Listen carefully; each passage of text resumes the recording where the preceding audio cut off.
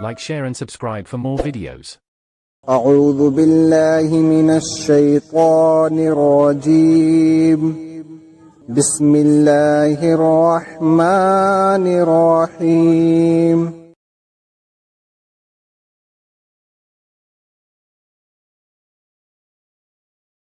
حضور اکرم صلی اللہ علیہ وآلہ وسلم نے وحی کے رک جانے کے زمانے کے حالات بیان فرماتے ہوئے کہا کہ ایک روز میں چلا جا رہا تھا کہ اچانک میں نے آسمان کی طرف ایک آواز سنی اور میں نے اپنا سر آسمان کی طرف اٹھایا.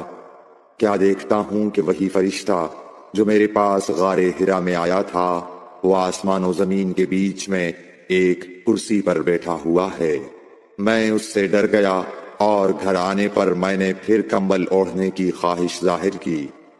اس وقت اللہ پاک کی طرف سے یہ آیات نازل ہوئیں: اے لحاف اوڑھ کر لیٹنے والے، اٹھ کھڑا ہو اور لوگوں کو عذاب الہی سے ڈرا اور اپنے رب کی بڑائی بیان کر اور اپنے کپڑوں کو پاک صاف رکھ اور گندگی سے دور رہ.